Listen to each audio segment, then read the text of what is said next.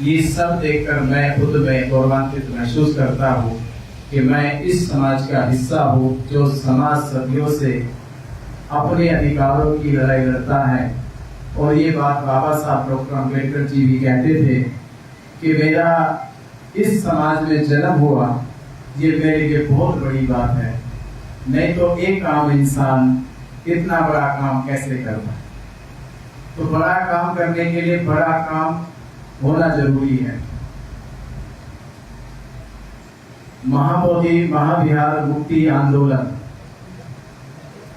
जिसको लेकर आप लोग यहाँ बैठे कि भंते विनाचार्य आएंगे, सुनेंगे कुछ क्या कहानी है, क्या इतिहास है, क्यों जेल चले गए, जेल में क्या हुआ होगा, कैसे हुआ, ये सब सवाल आंदोलन का हिस्सा हो सकते हैं पर आंदोलन नहीं है।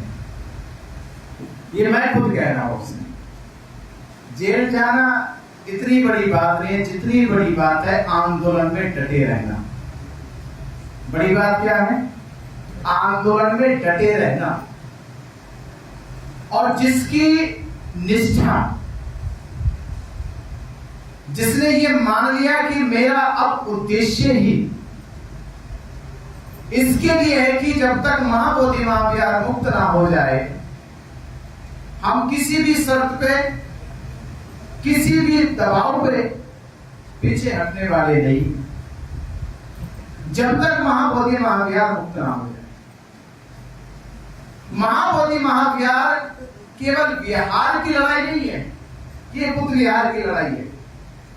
इस लड़ाई का इतिहास सिद्धार्थ गौतम से जुड़ा है और महाबोधि महाविहार का इतिहास सम्राट अशोक से जुड़ा है। और सम्राट अशोक का इतिहास आज के परिवेश में समाज की शिक्षा, संस्कार, संस्कृति और सभ्यता से जुड़ा है। आज के परिवेश में समाज का जो नाता है, ऐसे ही भारत और भारत के बाहर करोड़ों लोग महाबोधि महाविहार जाते हैं। महाबोधि महाविहार एक परिवर्तन की मिसाल है। महाबोधि महाविहार एक परिवर्तन की मिसाल है जो सिद्धार्थ गौतम के जीवन में बड़ी परिवर्तन का एक मिसाल बनकर आए। उस परिवर्तन की मिसाल ने आने वाले बौद्ध भिक्षुओं के लिए, आने वाले करोड़ों बौद्ध उपासकों के लिए एक प्रेरणा का स्थल स्थापित हो गया।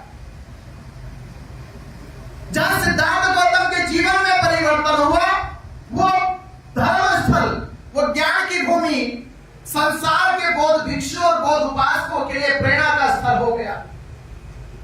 उस प्रेरणा के स्थल से समाज में जो शैक्षिक शिक्षा का जो उदय हुआ, समाज में जो संस्कारों का उदय हुआ, समाज में संस्कृति और विरासत का जो उदय हुआ, उस उदय में समाज की प्रगति निकल के आ गई। ये प्रगति का अर्थ है कि हम भारत के लोग दुनिया भर के देशों को शांति और मैत्री का संदेश देने लगे। ये प्रगति होने लगी। जो देश के दुश्मन होते हैं वो बुद्ध के नाम पे चलकर मित्र बनने लगे, दोस्ती का, मैत्री का हाथ बढ़ाने लगे, सीमाओं को लांघ दिया, देश की दुश्मनी भुला दी और चले आए बुद्ध के कल्याणकारी धर्म की ओर, चले आए बुद्ध के कल्याण मैत्री धर्म की ओर। और भारत के बीच में ही जाति के आधार पे छुआछूत, भेदभाव, शोषण, जुल्म, अत्याचार, और बुद्ध के नाम पे लोग देशों की सीमाएं लगाए कि एक हो जाओ। ये ज्ञान स्तर समाज के लिए, ये मानव जाति के प्रगति की राह बन चुका। ये इतनी बड़ी राह बन चुका था कि संसार के लोग इसी राह पे चलना शुरू कर दिए थे। और कुछ सामंतवादी लोगों को, जिनको ये पसंद नहीं, जिनकी विचारधारा में ये कभी नहीं आता कि मानव एक हो जाए, मानव का हितैषी हो जाए, बीच में द्वेष राग समाप्त हो जाए, जो ऐसा कभी नहीं सोचता, जो उनके बीच में विवाद कराना चाहता है, असमानता स्थापित करना चाहता है, जो कर्मकांड अंधविश्वास के नाम पर उसे डराकर भयभीत करके उसकी संपदा को लूटना चाहता है, ऐसे लोगों ने गुट बनाकर महाबोधि महाविहार पर ही सबसे पहले आक्रमण किया। आक्रमण किया कि ये मानव जाति की प्रगति का राह निकालता जा रहा है, उन्होंने उसी को रोक दिया।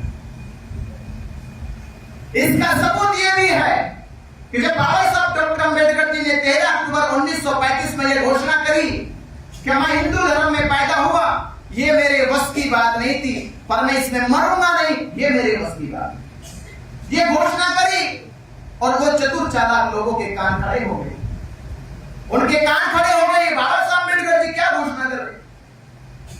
अम्बेडकर घोषणा कर रहे कि अब हिंदू धर्म में मैं नहीं रहूंगा। इसका अर्थ यह हुआ कि बाबा साहब डॉक्टर अंबेडकर जी एक बड़े जन समूह को किसी दूसरे धर्म में दीक्षित करने वाले हैं। वो चतुर चालाक लोगों के कान खड़े हैं, उन लोगों ने जासूस लगाए कि जाओ बाबा साहब डॉक्टर अंबेडकर जी के चारों ओर घूमो, पता करो बाबा साहब डॉक्टर अंबेडकर जी की किस धर्म में रुचि है। जासूसों ने अपना काम शुरू किया, पता करते करते 21 साल में पता चला उन लोगों को कि बाबा साहब डॉक्टर अंबेडकर जी की रुचि जो है वो तथागत बुद्ध के धर्म में है। बाबा साहब डॉक्टर अंबेडकर जी बुद्ध की बात करते हैं, भारत में जहां जाते बुद्ध की बात करते हैं, नेपाल जाते तो बुद्ध की बात करते हैं। उन्होंने कहा कि बौद्ध धर्म की जड़ क्या है।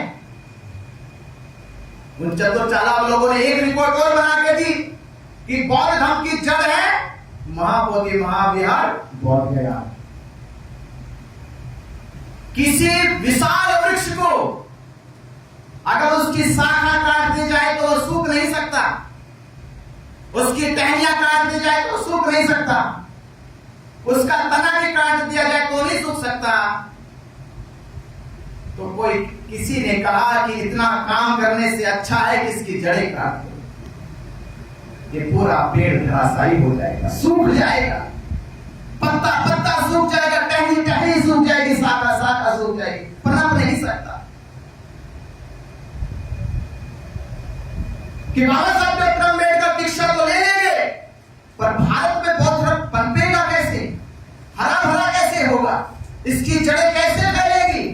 तो इसकी जड़ों का स्रोत तो बौद्ध गया है। बाबा साहब अंबेडकर की दीक्षा से पहले ही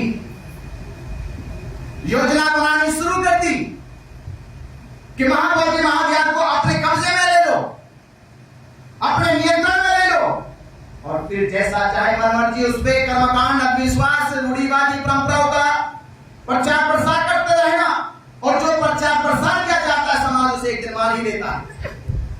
जैसे आज तक भी भारत के ऐसे लोग हैं जो आज तक ये मान चुके हैं कि बुद्ध विष्णु के अवतार है। ये तो बाबा साहब अम्बेडकर जी के बाद हुआ कि हमारी बुद्धि खुल गई। बाबा साहब से पहले तो लोग मानते थे, हम नहीं मानते थे, बुद्धिस्ट कंट्रियां भी मानती थी। और बाबा साहब अम्बेडकर ने तो अपनी 22 प्रतिज्ञा में कह दिया कि मैं ब्रह्मा विष्णु महेश को ईश्वर नहीं मानूंगा। बुद्ध विष्णु के अवतार है, ये झूठा और भ्रामक प्रचार है। इस चैलेंज बाबा साहब अम्बेडकर ने दिया, और यही हुआ कि उन लोगों ने महाबोधि महाविहार पे अपना नियंत्रण कर लिया। संविधान लिखा जा रहा था, संविधान बनाया जा रहा था। संविधान सभा में बाबा साहब डॉक्टर अंबेडकर जी संविधान को लिखने के लिए जो दिन रात मेहनत कर रहे थे, और देश भर को ये जानकारी हो चुकी थी कि 26 जनवरी 1949 को संविधान सभा में पेश किया जाएगा, और 26 जनवरी 1950 को संविधान देश में लागू कर दिया जाएगा। इसके बावजूद महीने 19 दिन पहले जब देश आजाद हो गया और आजाद भारत में संविधान बनाने की काम चालू है, जारी है, सभी मिनिस्टर को, सभी मंत्रियों को पता है। और खास बात, उस समय संविधान सभा के अध्यक्ष राजेंद्र प्रसाद जी, उनकी अध्यक्षता में संविधान बनाया जा रहा है। पंडित जवाहरलाल नेहरू, उनके निर्देशन में संविधान बनाया जा रहा है।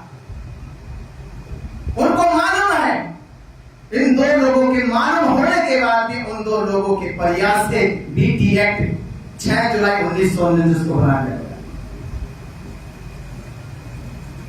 ये पूरा षड्यंत्र नहीं हुआ, ये सोचे समझे साजिश थी कि कोई अनजान लोग नहीं थे जो बना रहे थे। मैं उनके नाम ले रहा हूं कि जिनको मालूम था कि संविधान लिखा जा रहा है, आजाद भारत का संविधान लिखा जा रहा। कोई भी कानून बनेगा वो संविधान के लागू होने के बाद बनेगा, कोई भी नियम बनाया जाएगा वो संविधान लागू होने के बाद बनाया जाएगा। जैसे संविधान कहेगा वैसा बनाया जाएगा। ये जल्दीबाजी क्यों की गई? क्यों जल्दीबाजी की गई? उस समय तो बौद्ध समाज है भी नहीं था। उस दौरान भारत में बौद्ध समाज है भी नहीं था। इसका डर था कि बाबा साहब डॉक्टर अंबेडकर दीक्षा लेने वाले हैं, लाखों लोग बुद्धिस्ट हो जाएंगे और महाबोधि महाविहार बुद्धिस्टों का हो जाएगा। ये पूरी प्लानिंग की गई, पूरी योजना बनाई गई और योजना बना के संविधान के लागू होने से पहले ही उन्होंने यह अवैध रूप से कानून बना दिया गया है। और कानून बनाकर उसमें 9 लोगों की समिति बनाई। 9 लोगों में 4 बुद्धिस्ट, 4 हिंदू और एक गया जिले का डीएम उसका चेयरमैन होगा। हमें केवल इतना पता है, पर इसकी जो सबसे महत्वपूर्ण बात है वो हमें नहीं मालूम है। 4 बुद्धिस्ट बनाए गए, वो केवल सदस्य बतौर है सदस्य, वो ना कुछ कह सकते हैं और ना कुछ करवा सकते हैं। वो केवल अपनी प्रेजेंट दिखा सकते कि हम हैं। जैसे कोई पुतला खड़ा कर दो कि कमरे में पुतला तो है, पर ना बोल सकता है, ना कुछ कर सकता है, ना कुछ कह सकता है। तो 4 सदस्य बुद्धिस्ट होना, उनका अर्थ इतना ही था जैसे कोई पुतला खड़ा कर देना।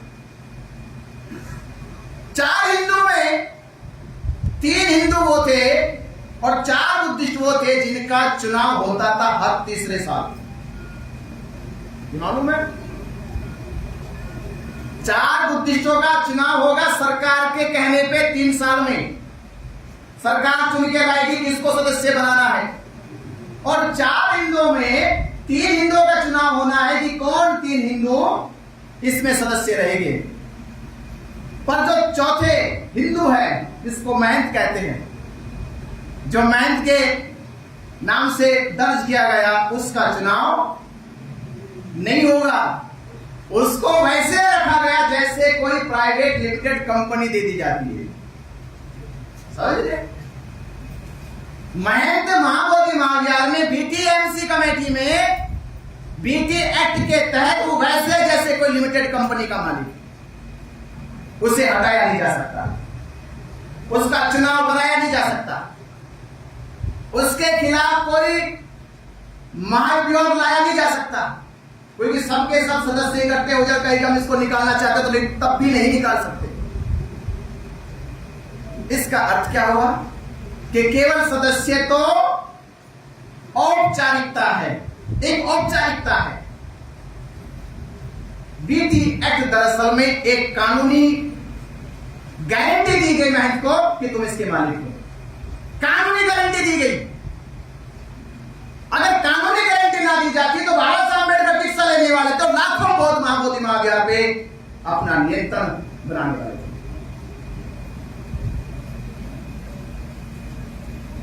ये गारंटी क्यों दी गई कि बाबा साहब डॉक्टर अंबेडकर जी कोई आम आदमी नहीं है। अगर भारत में 1956 में बाबा साहब के कहने से 7 लाख लोग बुद्धिस्ट हो सकते हैं, तो बाबा साहब अंबेडकर देश और दुनिया में करोड़ों लोगों को बुद्धिस्ट बना सकते हैं। यह गारंटी थी बाबा साहब अंबेडकर की। वो जान गए थे कि कुछ जंजला आने वाला है, कुछ बड़ा परिवर्तन होने वाला है। इस बड़े परिवर्तन को रोकने के लिए उन्होंने हमारे धर्म के केंद्र पे ताल लगाया। उस आंदोलन के बाद जब हंते सुरेश हुसैन ने आंदोलन चलाया, देश भर के लोगों में जागरूकता पैदा हुई। बड़े लंबे समय के बाद हुई। आंदोलन चलने में कम से कम 42-43 साल लगे। उस आंदोलन की सफलता यह थी कि हमने पीटी एक्ट के उस कानून में थोड़ा सा संशोधन कराया। जो सदस्य थे उन्होंने एक को सचिव बना दिया। सचिव बनने के बाद भी समाज को लाभ क्या हुआ? वो कर्मकांड पहले भी होते थे, वो कर्मकांड बाद में भी होते हैं। क्या सचिव बनना उद्देश्य था हमारा? उद्देश्य यह था कि महाबोधि महाविद्यालय बौद्धों का है, बौद्धों की संस्कृति विरासत है। तो एक हिंदू पुजारी, एक पंडा पुरोहित वहां पर पिंडदान क्यों कर सकता है? यह अनुमति किसने दी उनको? वहां श्राद्ध करा जाता, हजारों की संख्या में पंडे को श्राद्ध कराते हैं, यह अनुमति किसने दी? सबसे पहले ये था कि उनका जो अवैध रूप से प्रचार प्रसार हो रहा था, उसकी रीढ़ की हड्डी को तोड़ना था, उसको रोकना था। सचिव बनना नहीं था, पदाधिकारी बनना नहीं था। पहले जो अवैध तौर पे काम हो रहा था वो काम बंद होना चाहिए, क्योंकि अवैध काम उनके मनोबल को बढ़ा रहा था। एक दिन शुरू में 1949 में कभी 10 लोग नहीं आते थे, 5 लोग नहीं आते थे। आज 50,000 लोग जाते श्राद्ध करने। वही लोग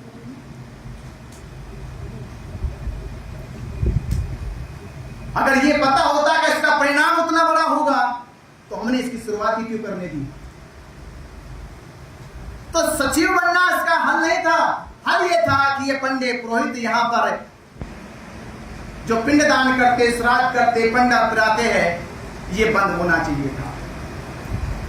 जो शिवलिंग के नाम पे वहां पूजा अर्चना करते, ये बंद होना चाहिए था। तो सबसे पहले जिससे उनका मनोबल बढ़ता है, जिससे उनकी ताकत बढ़ रही थी, जिससे उनका उस पर प्रभाव बढ़ता जा रहा था, पहले हमें उसको रोकने की जरूरत थी, पर हमने ऐसा नहीं किया। तो बात वैसी की वैसी।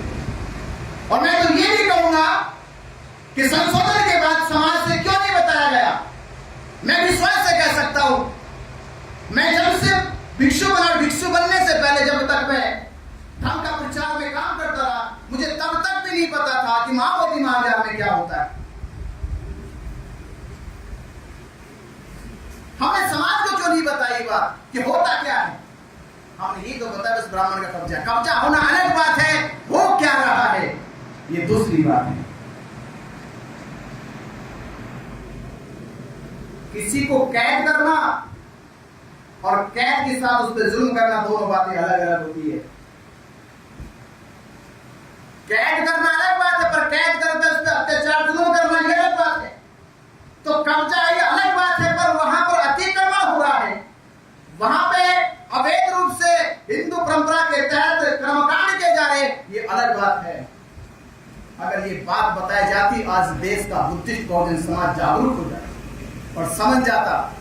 और जिसका मैं बता सकता हूं आपको उदाहरण यही है। मैं गया इतिहास में, एक बार किसी बौद्ध भिक्षु ने जाकर उनके आंखों में आंखें डाल के पूछा, किसकी अनुमति से बैठे हो? किसने इजाजत दी है आपको? किसके आदेश पे? इतना तो मैंने भी पढ़ा है कि हिंदू परंपराओं में जो पिंडदान, श्राद्ध और पिंडा प्राणी की जो परंपरा है, इस परंपरा का अनुष्ठान की जो परंपरागत नीति है, नियम है, वो यहां से 15 किलोमीटर दूर विष्णुपद मंदिर में होते हैं। ये तुम्हारे शास्त्र कहते हैं, तुम्हारे शास्त्रों में वर्णित है कि हिंदुओं के श्राद्ध, पिंडदान और पिंडा प्राणी की जो कर्मकांड विधियां है, वो परिपूर्ण होती है विष्णुपद मंदिर में। तुम 15 किलोमीटर दूर आके यहां पे क्यों करते? ये तो पूरा भी नहीं होगा। तुमने तो अपने नीति नियम के उल्लंघन कर दिया। और महाबोधि महाविद्यालय में तुम्हें करने की अनुमति किसने दी? ये बात हवा की तरह है। बौखलाए वो लोग कि अब आज हमसे कोई पूछ के गया है, एक और फिर से पूछ के गया, कल दूसरा पूछेगा, कल 1000 पूछेगा, 1 लाख पूछेगा, करेंगे, इसका मतलब यह होगा तुम्हें इतनी हासिल भरना होगा। और मुझे तब एहसास हुआ कि मेरे एक करने से इतना बड़ा तहलका मच सकता है, और ये काम हर रोज भी सुझा के करता तो कितना बड़ा तहलका मचा। जी काम करना था, इतना ही तो काम करना था। पूछना तो था किसकी अनुमति से बैठे हो, किसने कहा तुम्हें? ये बुद्धों का बौद्ध विहार है, हिंदुओं का नहीं है। और इतना पूछना तो है मुझे, संविधान ने बोलने का, सूचना का, पूछने का अधिकार दिया है, पूछ सकता हूं मैं। तो रोज रोज किसको जवाब देते हो लोग? हजारों लोग जाते हैं महाबोधि महाविहार में, अगर हजारों लोग एक ही बात पूछते, किसकी अनुमति से बैठे हो, किसकी अनुमति से बैठे हो, किसने कहा तुमको आने के लिए? हजारों लोगों का रोज जवाब देना, बाप रे बाप, कौन देगा जवाब? भागो यहां से, उनका मनोबल गिर जाता है। इतना तो काम करना था हमें। और इसी काम के बाद डीएम को सख्त कर दिया, सरकार को सख्त कर दिया, कहा कि ये कैमरे, मोबाइल सब बंद करा दो। उस दिन से बैन करा दिए गए, मोबाइल नहीं ले जा सकते, कैमरा नहीं ले जा सकते। कैमरा जाता था उस समय 200 रुपए की पर्ची कटती थी, मोबाइल की परमिशन होती थी, अब दोनों बंद करा दिए। सोचिए, इतने से करने से इतनी बड़ी उनके अंदर बौखलाहट पैदा हो गई। मैं बैठा बैठा सोचने लगा कि ये एक करने से ये हजारों लोग करते हम। सच में बीटी एक्ट तो बाद में रद्द होता, ये पहले छोड़ के भाग जाते। उस बात का हमारे महाविहार में घुस के अवैध काम करता है। ये जब समाज का असर पड़ा तो वो उठने लगा, जगने लगा, समझने लगा, सोचने लगा कि हाँ, अब ये आंदोलन में हम सबको शामिल होना चाहिए। ऐसे ही देश में आंदोलन खड़ा हो गया है। भावनाओं के साथ जब कोई जुड़ता है, जब उसकी संवेदना जगने लगती है, जब उसको यह एहसास होने लगता है कि मेरी विरासत लूटी जा रही, छीनी जा रही है, हमारा इतिहास हमारी आंखों के सामने मिटाया जाता है। किताबों में तो पढ़ते, ये तो हमारी आंखों के सामने हो रहा था, तो जो हमारी आंखों के सामने हो रहा, उसको हम कैसे बर्दाश्त कर सकते हैं? हम उसको कैसे बर्दाश्त कर सकते हैं? और वो काम, जिस काम को सम्राट अशोक ने शुरू किया, तो हम तो अपने आप को धन्य मानते हैं कि उस काम के लिए हमें यहां अवसर मिल गया कि महाबोधि महाविहार की मुक्ति के लिए आज की इस पीढ़ी को मौका मिला कि महाबोधि महाविहार मुक्त कराओ, और उसे चिंता करने की हमें आज ये मौका मिला है। तो ये बौखलाहट उनकी देखी और देश में जागरूकता बड़ी, आंदोलन बड़ी गति से बढ़ता चला गया। उतनी बड़ी गति से बढ़ता चला गया कि आने वाली बुद्ध पूर्णिमा पे लग रहा था कि हम बहुत बड़े फैसले की ओर जा सकते हैं, बड़े फैसले की ओर जा सकते हैं। देश के कोने कोने में प्रचार प्रसार हो रहा था। हमने कह भी दिया था कि 12 तारीख को 12 लाख लोग एकजुट हो जाओ। एकजुट होने वाले हो तो सरकार कहां जाएगी, कहां जाकर मुंह दिखाएगी?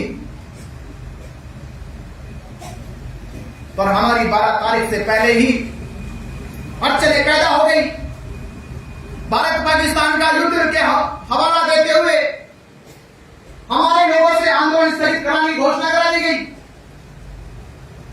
क्या आंदोलन स्थगित होता है? भारत पाकिस्तान का युद्ध हो रहा है। जैसे भारत पाकिस्तान के युद्ध के बम, युद्ध की सीमा ही बहुत नया बनी हुई थी। कोई सवाल तो पूछे सरकार से भी, क्या युद्ध की सीमा इमोशनली ब्लैकमेल किया गया हमें? क्या युद्ध की सीमा पहुंच गया थी? और पहुंच गया अगर सीमा थी तो केवल भरना ही क्यों रोका गया? सारे प्रोग्राम क्यों नहीं रोके गए? ये सवाल करने चाहिए थे, पर हमारा एक टीम का हिस्सा ने कोई सवाल नहीं किया और स्थगित करने में सहमति जता दी। हम उस बात से नाराज थे, असहमत थे। हमने सरकार, पुलिस से, इसमें वो खुश हो सकते मेरे साथी, मैं खुश नहीं हो सकता, मैं सहमत नहीं हूं। और 12 तारीख में और 8 तारीख में कोई ज्यादा अंतर नहीं, 3 दिन का केवल अंतर है, 3 दिन का। 3 दिन के बाद हम कोई फैसला लेंगे जब समाज आएगा, क्योंकि ये आंदोलन ना तो मैंने अकेले खड़ा किया, ना अकेले इन लोगों ने खड़ा किया, ये आंदोलन समाज ने मिलकर खड़ा किया। समाज इसका फैसला लेगा कि आंदोलन स्थगित होगा या नहीं होगा। समाज फैसला लेगा इस बात का। इतना एक गांव का झगड़ा नहीं था कि गांव के परिवार के लोग बैठ के कहां निकाल देंगे। ये पूरे समाज और दुनिया का मामला था। ये मौका था कि अब ये आंदोलन अपनी सफलता की ओर था। तो मुझसे पहले डगमगा गए, डर गए, भयभीत हो गए। और पुलिस, एक इंस्पेक्टर के कहने से डर गए, एक डीएसपी के कहने से डर गए। आंदोलनकारी कभी पुलिस से पूछ कर आंदोलन नहीं चलाता। आंदोलन उसकी मजबूरी है, हम पुलिस को फॉलो नहीं करते। आंदोलनकारियों को पुलिस फॉलो करती है, पर हमारे आंदोलन में हमारा एक हिस्सा पुलिस को फॉलो कर रहा है। ये कोई बात होती है? सरकार से लड़ रहे हो, सरकार को फॉलो नहीं कर रहे हो, ये कोई बात समझ में आई? किसानों का आंदोलन हुआ और किसान कहते हैं सरकार जो कहेगी हम वो करेंगे, तो किसान अपनी बात मनवा पाते? किसान, क्योंकि आंदोलन की भी अपनी गरिमा होती है। एक इंस्पेक्टर टेलीफोन करे हमारे आंदोलनकारी पुलिस स्टेशन में, ये आंदोलनकारी होती क्या? आंदोलनकारी की अपनी जमीन होती है, अपनी संसद होती है, अपना पुलिस स्टेशन होता है जहां वो बैठता है। पुलिस को, सरकार को वहां आना पड़ता है। और हमारे लोग इंस्पेक्टर के फोन से दौड़े दौड़े भाग रहे। अब पुलिस को लगने लगा कि क्योंकि स्थगित हुआ, इसने तब भी आकर ऊपर रात के 11 बजे हंगामा कर दिया। आंदोलन नहीं रुकेगा, आंदोलन नहीं खत्म होगा, स्थगित जो किया गया मुझसे सहमत नहीं है। पुलिस फोर्स खड़ी रही, पुलिस फोर्स देखते रही। मगर हाथ लगाओ बल्ली के, अभी हाथ लगा के दिखाओ। लगा तो ये भी बात नहीं, उनको पर्चा फाड़ना पड़ा। मगर 12 तारीख को निर्णय होगा कि आंदोलन स्थगित होगा या नहीं होगा। के पक्ष में कहीं, समाज के हित में कहीं, इससे मेरे लोग नाराज हो गए। उनको तो धन्यवाद देना चाहिए था मेरा कि जो काम वो नहीं कर पाए वो काम बंदे में नजर आने कर दिया, और धन्यवाद ना देने की बजाय मेरे ऊपर एफआईआर कर दी। ये निर्णय आप करो। आंदोलन रुकवाना क्या ये अपराध था? आंदोलन स्थगित ना हो ये अपराध था? ये काम किया और रुका। पुलिस की हिम्मत नहीं कि जाकर बल्ली का हाथ लगा दे। उसका मुझे खामियाजा क्या मिला कि मेरे ऊपर एफआईआर कर दी गई। खैर मैंने वो भी छोड़ दी बात। मैं उस संतुलन को बनाने के लिए और समाज की आस्था और भावना को, उनका विश्वास ना टूटे, वो जिंदा रहे, मैं 3 दिन तक इंतजार करता रहा कि 12 तारीख आने तो समाज के साथ बैठ के बात करेंगे। उस वक्त को पता है मेरी उन 3 दिन में कोई गलती बता दे जिस दिन से विगत हुआ और 12 तारीख को हम पहुंचे। हमने एक वादा किया था समाज से कि महाबोधि महाविहार मुक्ति के लिए हम एक यात्रा निकालेंगे, शांति मार्च निकालेंगे, और वो शांति मार्च महाबोधि महाविहार जाएगा, वहां जाकर महावंदना करेंगे, जिससे कि समाज का मनोबल बढ़ेगा। हम आज के दिन तो जा सकते हैं ना, ये बल दिखाना चाहिए कि हम एकजुट। जबकि पुलिस ने मुझे 6 बजे फोन कर दिया था 12 तारीख को ही कि आप 10 लोग भी लेकर नहीं पहुंचोगे। तो मैंने कहा था इंस्पेक्टर तुम अपना काम करो, मुझे अपना काम करने दो। मैं वो नहीं कि जो तुम्हारे इशारे में चलता है। मुझे इशारा देने वाले बाबा साहब डॉक्टर अंबेडकर तथागत बुद्ध है। उन्होंने मुझे इशारा दिया मुझे कहां चलना है। मुझे इशारा मत बताओ कि मुझे कहां चलना है। और कड़ी धूप में धरना स्थल भी पहुंचे अपने कि अब बात करेंगे समाज के साथ बैठ के। उस समय मेरा क्या हुआ, उस समय भी देखो क्या हुआ।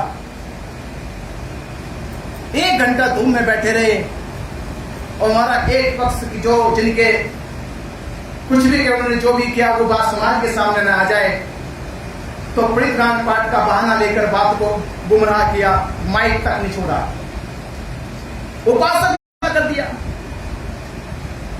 ये सब बात ऑन रिकॉर्ड जब आप क्या होगी मैं नहीं कर, सब समाज ने देखी वह बातें। 13 तारीख के रोल में मुझे अपराधी बना गए। पुलिस से अपराधी नहीं बना रही, अपराधी मेरे लोग बता रहे। ये जेल चले गए, अपराधी हो गए, हुड़दंग कर दी।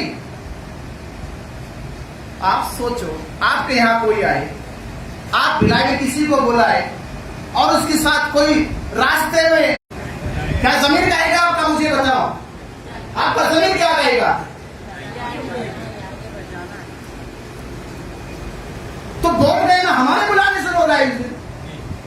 हमारा फर्ज बनता है उनके साथ अगर कुछ हो रहा तो उसके साथ खड़ा होना। और ये बहुत महामंत्री महाराज की हिंसा तो शाम को हुई, उससे पहले 2 बार हिंसा डोंगेश्वरी पहाड़ी पे हो चुकी थी। और डोंगेश्वरी पहाड़ी में मैंने पुलिस को बड़ी चेतावनी दी, इंस्पेक्टर ने भेजा कि आप नहीं जाओगे बिल्कुल भी, मैं कोर्ट भेज रहा हूं, आप बिल्कुल नहीं जाओगे वहां पे। ये शाम की घटना घट गई 13 तारीख को कि वहां पे महामंत्री महाराज परिसर में महिलाओं के साथ अभद्रता की गई, मारपीट की गई, गाली गलौज किए गए, जय श्री राम जय हनुमान के नारे लगाए गए, जिसका महिला ने विरोध किया। पुलिस सिविल ड्रेस में थी, उन्होंने उनके साथ मारपीट की, वो बाहर आके उन्होंने हंगामा किया। हंगामा की खबर उन्होंने धरना स्थल पे हमारी एक टीम को भी दी। टीम ने कहा कि मेरा दिमाग खराब होता है, मेरा बीपी हाई होता है, और कौन कहता तुम वहां जाओ? क्यों महामंत्री महाध्यान किसी से पूछ कर जाएगा कोई? आपकी आस्था आपकी श्रद्धा जाओगे? आपकी जिम्मेदारी क्या बनती है वो बताओ। आपके पास कोई मदद के लिए तो आप वहां पर जाओ। आप उनका दान भी लेते हो, उनका पैसा भी लेते हो, वो आपका सहयोग भी लेते हो, और जब उनको मदद की जरूरत पड़ती है तो कहते हो कि मेरा दिमाग मत खराब करो। क्या था केवल टेलीफोन की बंदगी ऐसा हो रहा, और छत्तीसगढ़ के ये लोग बैठे थे, उनकी साथी बैठा हुआ था। ये तो एक ने तो कहा कि रुक जा बनते ही देख ले, तो माहौल वही चल के देखेंगे। उम्मीद से फोन कर रहा है ना, उसको पता है कि बनते जी है तो कुछ मदद करेंगे हमारी यहाँ पे। हम उनकी हमदर्दी के लिए, उनकी भावनाओं की, उनकी उम्मीदों की कदर करने के लिए गए। हंगामा करेंगे, दंगा करेंगे। ये हादसा केवल सम्मान स्वाभिमान की लड़ाई के लिए हुआ, और अपने लोग समर्थन की बजाय, सपोर्ट की बजाय हमें अपराधी बताने लगे। अब मुझे बताओ, ये अपराधी वाला काम था? और मुझे बताओ, धरना रुक गया, हमने स्थगित धरना रुकवा दिया, हमारा दम था कि अकेले जब बिनाचार्य था उसने धरना रुकवाया था, जब आपने स्थगित किया, जब बिनाचार्य को जेल में डाल दिया, उसके 2 दिन बाद धरना क्यों खत्म हो गया? अब तो भारत पाकिस्तान का युद्ध भी नहीं था, अब धरना खत्म क्यों हो गया? अब तो बिनाचार्य भी नहीं है, अब तो तुम सब लोग हो, अब धरना खत्म क्यों हो गया? और जब धरना खत्म होने की तुमको सूचना मिली 15 तारीख को, 15 मई को समाज को क्यों नहीं बताया? समाज कहां सोया हुआ है? 15 मई को 11:30 बजे डीएम कार्यालय में लिखा पड़ी सारी होगी, धरना खत्म होगा आज रात के 12 बजे जाके। तो समाज को क्यों सूचना दी गई? जब पैसे के सहयोग की सूचना दी जा सकती है, दान की सूचना दी जा सकती है, जब रात दिन के 11 बजे धरना खत्म करने की घोषणा तुम करके आ गए, तुमने सूचना क्यों नहीं दी समाज को? थी वो फोन करके रह गई कि लामा जी धरना खत्म हो रहा है, आप कहां हो? वो सो रहे, प्रताप सो रहे, बता भी नहीं किसी को। रातों रात टेंट उठवा दिया गया। ये मैं कह सकता हूं, मैं होता तो पुलिस की मजाल नहीं थी कि वहां से टेंट उठा दे। ये मैं कह सकता हूं, पुलिस की मजाल नहीं थी। वो पूरा ध्यान समाज का बिनाचार्य की तरफ कैसे करें, बिनाचार्य को अपराधी कैसे बनाए, ये सारे काम करें। और मैं आज भी जब जेल से निकला, मैंने कहा ये कोई बड़ा मामला नहीं है।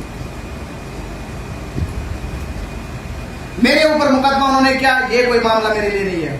छोटे लोग छोटी सोच के ऐसा काम कर सकते हैं, मैं सोच खत्म कर दूंगा। जितना जिसने सोचा वो उतना कर सकता है। मेरा कल भी उद्देश्य वही था, आज भी उद्देश्य वही है। और समाज से कहा धरना खत्म हुआ, देश भर में कूद करेंगे और एक ही रस लेकर चला हूं, देश भर में समाज को जगाने का काम करूंगा और एकजुट करने का काम करूंगा। जो अभी हमारे ऊपर हमारे मनोबल को तोड़ने का काम किया गया है, अब हम उतनी मजबूती से काम करेंगे कि उन चंद महीनों में देश भर में ये सभा यात्राएं निकाल के देश को एकजुट और एक जागरूक करने का काम करेंगे। और आने वाली 12 फरवरी 2026 में जब 1 साल हो जाएगा आंदोलन को, अब बड़ी ताकत के साथ, बड़ी मजबूती से, हर एक शक्ति के साथ दिल्ली में धरना देकर बैठेंगे,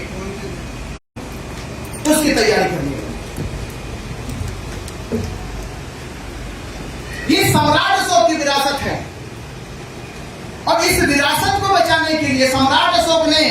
बनाने के लिए अपना बेटा बेटी को भिक्षु बना दिया, विरासत को बनाने के लिए अपना बेटा बेटी को भिक्षु बना दिया, अपने पूरे साम्राज्य का 70% धन खर्च करके महाबोधि महाविहार और स्तूपास बनाने के लिए कि विरासत जिंदा रहे। जो सम्राट दुनिया में किसी से नहीं हारा, जिसने कभी हार स्वीकार नहीं करी, जिसका लक्ष्य था जो युद्ध लड़े और युद्ध जीते,